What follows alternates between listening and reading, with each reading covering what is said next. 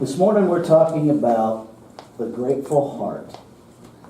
And Ernest Holmes equated the heart with the mind, with spirit, with ultimate circulation, that it's all one and the same. And as I am prone to do, any of you that have been here any length of time, I like looking up words.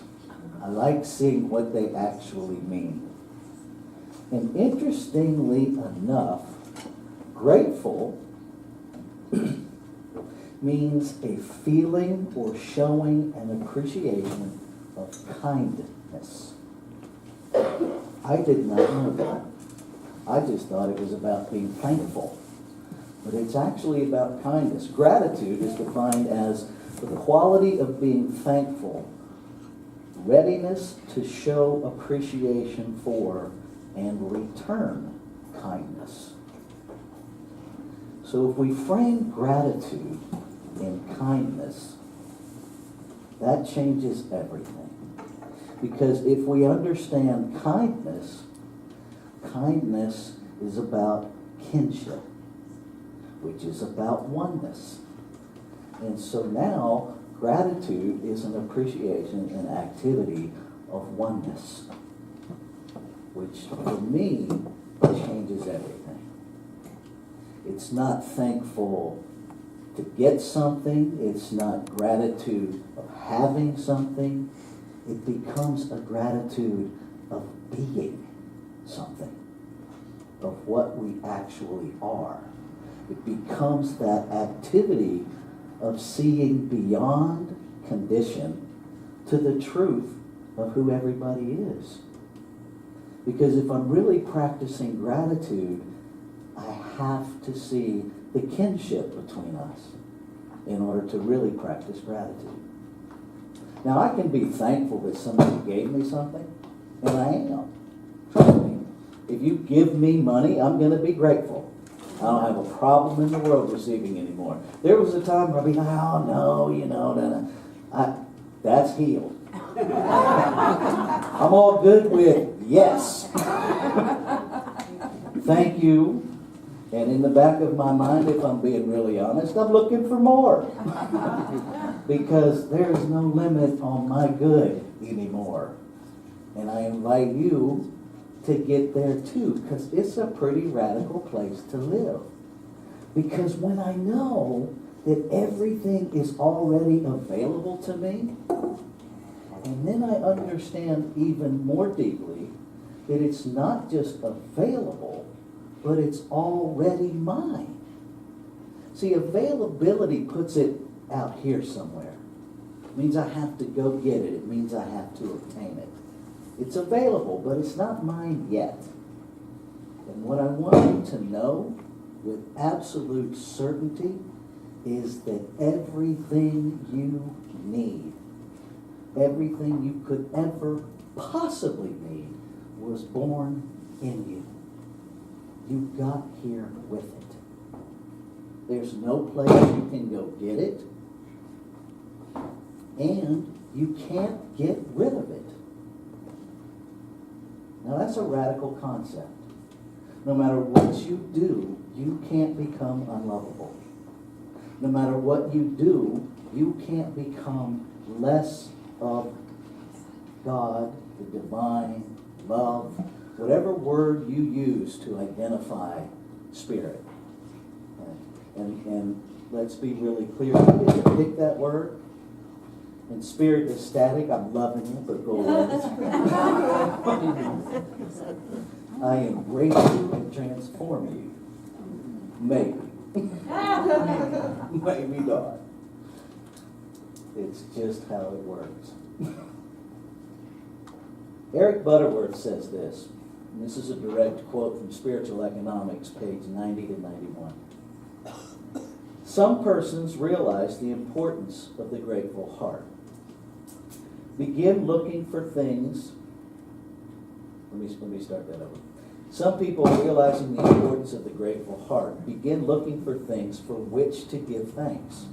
However, they mistakenly start with the perspective of inadequacy and insufficiency, and thus they simply become more conscious of limitation. See, if we're looking for things to be grateful for to convince us that we have enough, we're starting from the perspective and the belief in not enough. And so the activity of trying to convince ourselves that we have enough is actually a reinforcement of the underlying belief of not enough. Everybody track that? But sometimes our science of mind stuff gets a little looped in and we get a little circular and it can relate to what?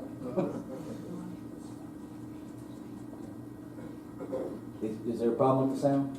Yeah. Okay. So we'll switch. It's clunking. You got me here? There we go. We got you. All right. Because we're adaptable. That's the sign of intelligence, you know, is the ability to adapt.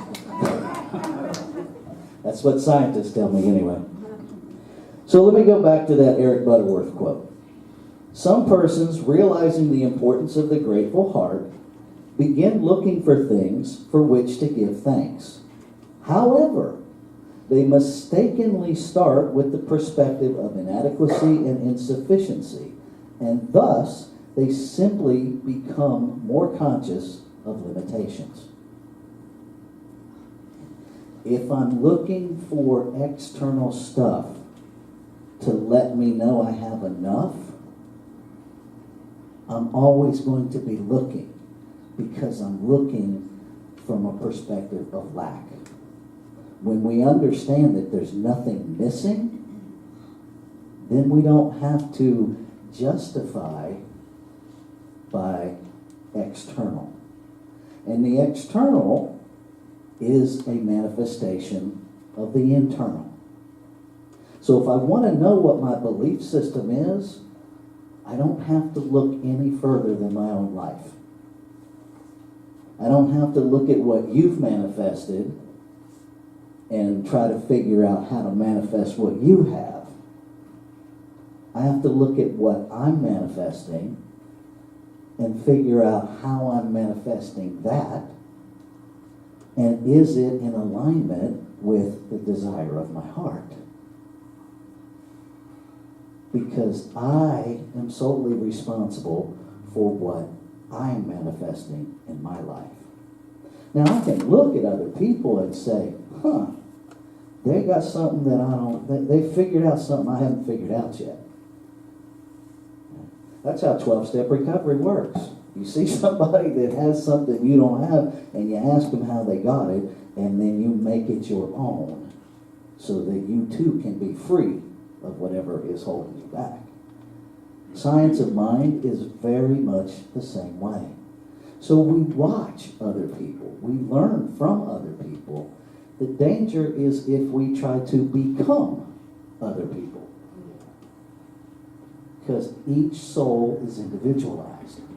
We're all called here to do something that is unique to our expression of divinity. We live in a world that wants to make everybody the same.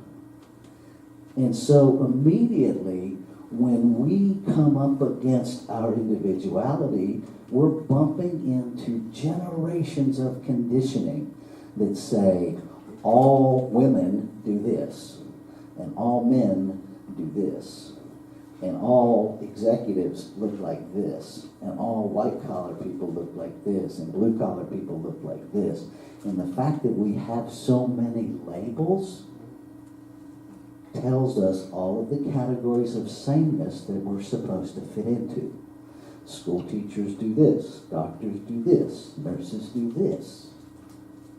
And we gradually become the label,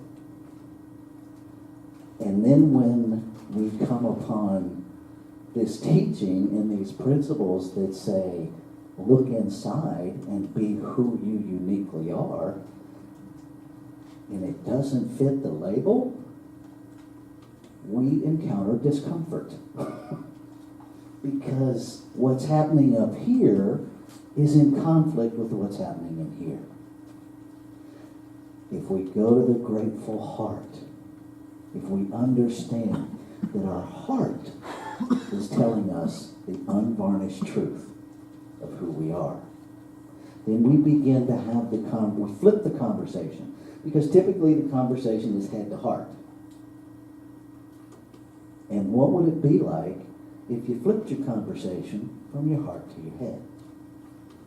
Allowed your oneness to inform your humanness instead of your humanness limiting your oneness. Because everything that comes from our human computer is limited. Our brain only regurgitates what we've already put in it. It's just like the hard drive on your computer. The hard drive on your computer is never going to magically inform you of something that wasn't programmed on it. It's not, while it's constantly spinning and picking up information and putting it down, it's not grabbing new information out of nowhere and putting it on your hard drive so it can pop up and go, yo, Rafe, you didn't think about this. It's never going to do that, and neither is our brain. Our heart, on the other hand, already knows it all. There's nothing new to add to it. It's in there with every piece of information we need to actually live the perfection of our being. And oh my, how it changes things when we listen. When we get comfortable. And when we get comfortable, something will shake us out of our comfort zone. Said last week, because I was in Albuquerque all this past week. So the week before, I was at home working. And for Halloween, Deborah and I got these onesies. Hers is a dragon, has a cute little dragon head, cute little dragon tail. Mine is Eeyore, and they're really soft and cuddly. So I'm working from home, and I saw no reason to get out of my Eeyore. I'm the only one there. My dogs don't care what I wear. So I'm in my Eeyores and my slippers, and I'm just working away. And I was so comfortable that I no longer was conscious that I was wearing my Eeyore onesie. And there's a knock at the door. Now, when I tell you our comfort zones can get really comfortable, I no conscious awareness. Now, I'm answering the door wearing Eeyore. Still not aware that I'm wearing Eeyore. Happened to be somebody from PG&E who needed to get into the backyard to change a light and a sensor on a pole. So I'm attempting, long story short, to explain you can't get there from here because it's not actually in my yard. He didn't believe me. So without one thought, because that's what our comfort zone does, folks. It anesthetizes our thinking. I walk right out of the house to show him where the light pole is. And because I'm showing him, that puts him behind me, where now he is watching my delightful little Eeyore tail wag.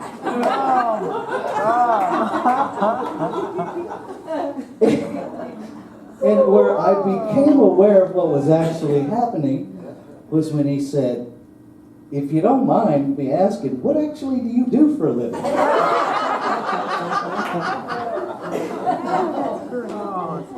To which I said, oh, I'm a minister. And he's like, so you're a minister in an Eeyore? It seems as though. To which he then said, well, what church do you minister at? So I told him, gave him a business card. Maybe we'll see him, maybe we won't. But that point of awareness was rather uncomfortable. The whole point of it is to recognize our comfort zone puts us to sleep. And the more comfortable we get, the more deeply asleep we go. I am a really renewed proponent of awakeness now.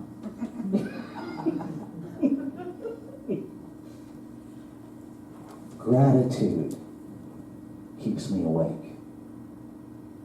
being conscious. See, I don't have to obtain the consciousness of gratitude. What I have to do is obtain an awareness of the consciousness of gratitude that was born in me. Consciousness is a funny word because we use it to define the ultimate. Social sciences uses it to define awareness. And so we can become conscious of our consciousness and how consciously we're behaving in our conscious awareness of our consciousness. So the word itself can be a bit of a trap. Right? That's why we meet periodically to discuss these things and remind ourselves. So consciousness is that heart, that pure, unadulterated knowing that is one another. See, when I look at each one of you, I'm looking at me. Because we're all that in form. It's no different than, my body has 2 arms and 2 legs. But when I look at my hand, I know it is part of my body. It's not part of somebody else's body. It's nobody else's hand. The trick is learning to extrapolate that in a world that shows up in duality. Because when we look in this room, our brain sees individual people. Okay? We're not individuals, we're individualized. And that's different. Okay? Gratitude comes, that sense of gratitude, that appreciation for kindness, for kinship, comes when we recognize oneness. When we can look at each other and know that we're looking at different parts of the one body, different limbs of the one body. Even though we will all leave here and go to separate dwellings, we're one. And we don't become one when we come here on Sunday, and we don't stop being one when we leave here on Sunday. And so everything that we do impacts everybody else. How I live my life impacts each of you. How you live your life impacts me and one another. And don't you sometimes want to just go, really? Could you stop impacting me like that? Of course we do. And we're really quick to go there, way quicker than we are to go, you need to quit impacting other people like that. See, we're good at looking out here. We've got to get good at looking here first. Because if I stay in my own lane, and I take all of my time and effort to honestly look at how I'm impacting the one, that is a full-time job. I won't have time to worry about what you're doing. Now, that's not always comfortable because I have conditioning that tells me this is how it should be. And so this spiritual walk, best I can tell, the foundation of it, the work of it, is constantly in the library of my mind, pulling off a should book from the shelf, seeing what actually is real in it and what's not, and most of the time it's 100% garbage. And so one volume at a time, I get rid of my should books. And as I clean out the shoulds, the gratitude surfaces. I don't create the gratitude, I'm just uncovering it. It's kind of like metal detectors, Just if you've ever used one, you just constantly just sweeping and swooping, and all of a sudden, boop, you get a signal. and you look down and you can't see what it sees, you have to dig. You have to remove some stuff that's covering it up. Removing whatever is covering up the treasure doesn't create the treasure. It didn't put the treasure under there. The treasure's already there. We're the same way. The treasure was born in us as us. We are the treasure.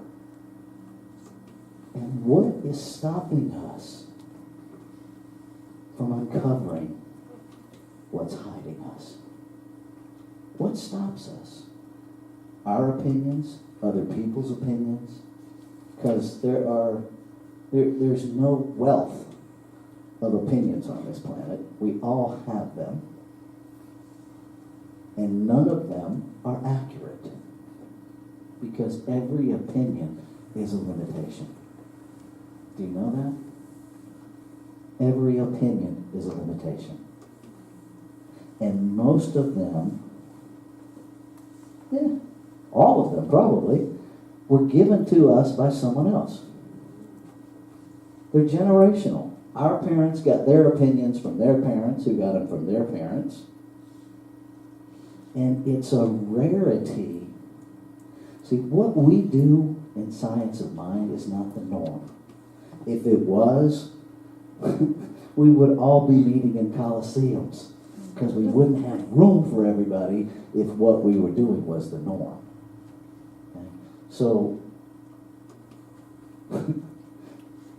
probably not the first to break it to some of you, because some of you I know better than others, but we're not normal.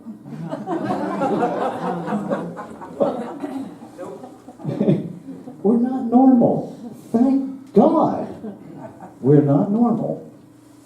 Okay? What we are is gradually becoming awake. And we get to do it at our own pace. And that's part of the challenge of our philosophy. I go back to Malcolm X, who, when he took his journey to Mecca, he had a tremendous awakening. He came back from Mecca and shifted a lot of stuff. He even was quoted as saying, "I found blonde-haired, blue-eyed, white men that I can call my brothers." Now that was huge for Malcolm X. And here's what Malcolm X, the greatest teaching that I've gotten from him: be slow to criticize someone else for not doing what you do or knowing what you know as fast as you know it. There was a time you didn't know it either.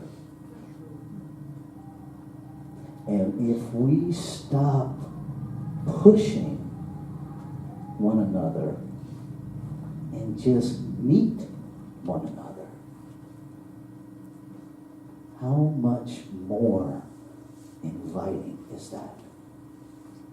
To simply be that safe, non-judgmental place of love that allows, that invites, allows, and embraces everybody's process as unique and perfect and magical and divinely guided by their inner voice, no matter what it looks like to us.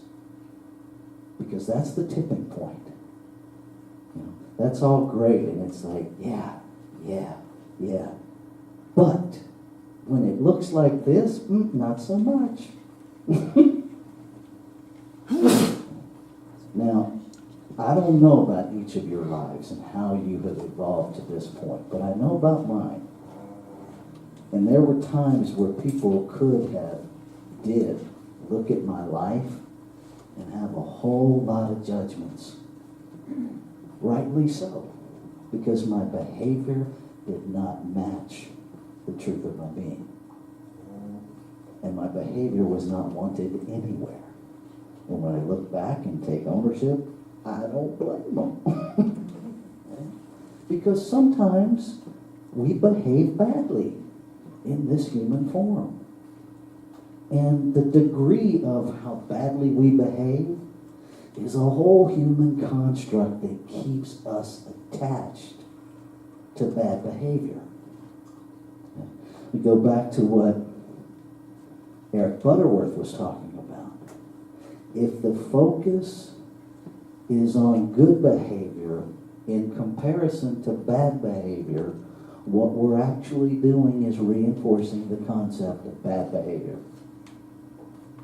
And I can't judge your behavior without engaging in bad behavior. It's kind of tricky.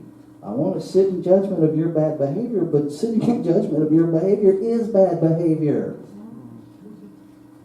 So in order to look at somebody else's, we are doing the same thing.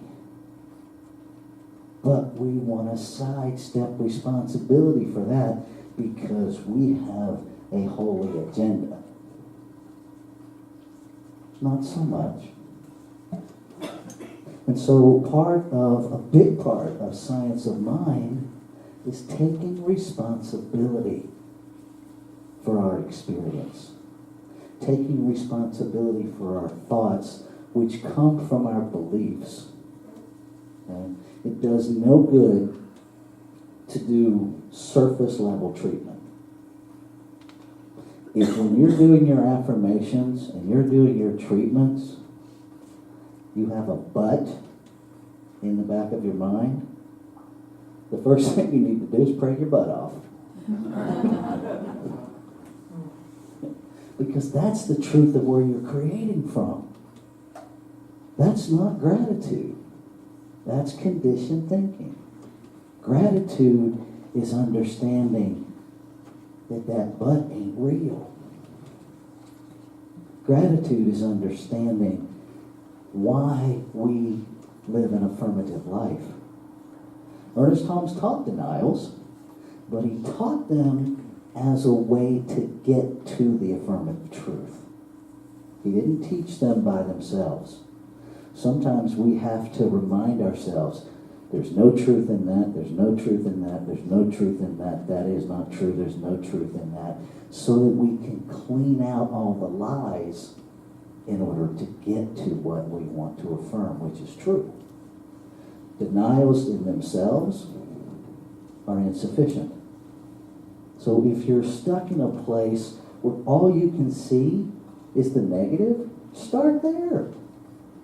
But start from that place of denial, that there ain't a word of truth in it. And you stay there until you feel a shift. Until your heart begins to inform your mind what is true. And then affirm that. Affirm from the heart. Know who you are. Give yourself permission to be that. And know that there is nothing outside of you that's going to make you more you. Ain't gonna happen.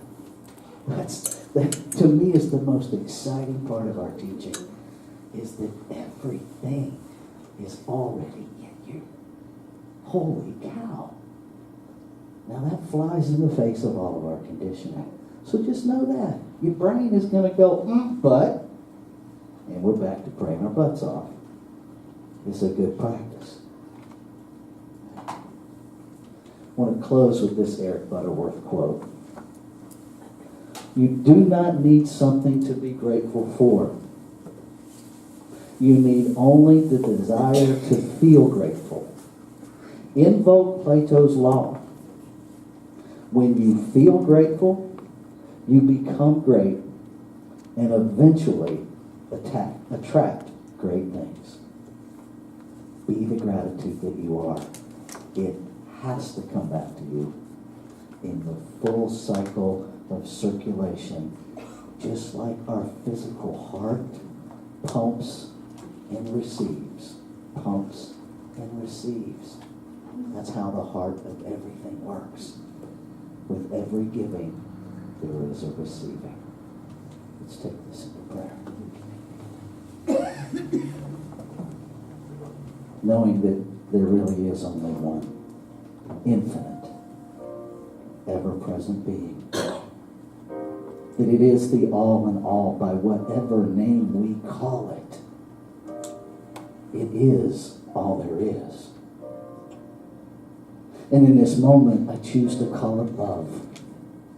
And so knowing that love is the only thing present, and knowing that I am made from love, by love, to be love, I take full ownership that I am love in form, that I am love in service to love. Recognizing that all life is created out of this same source of love. I recognize my kinship and oneness with all life. That each being within the sound of my voice in this room and watching it through electronic video, the same oneness, the same wholeness, the same love. Each an individualized expression of that love. And so in that truth, I know that everything that love is available, living itself, being itself, expressing itself. Love as each of us. And as I know that, I feel the gratitude swell up within me. I feel it physically move up within my being to express itself outward. That is the activity of a grateful heart. That is the activity of oneness, of kinship, of appreciation. And that it all begins with recognition. And then ownership. And then standing in that ownership. Grateful for this opportunity to be of service. Grateful for this opportunity to look into the eyes of the divine as I hear it share through my physical being.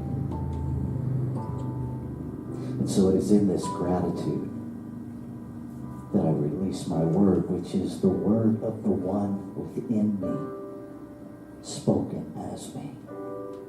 It is the word of the divine itself. And so I release that into the law that always says yes, only says yes, has no opinion of where it comes from or where it's going.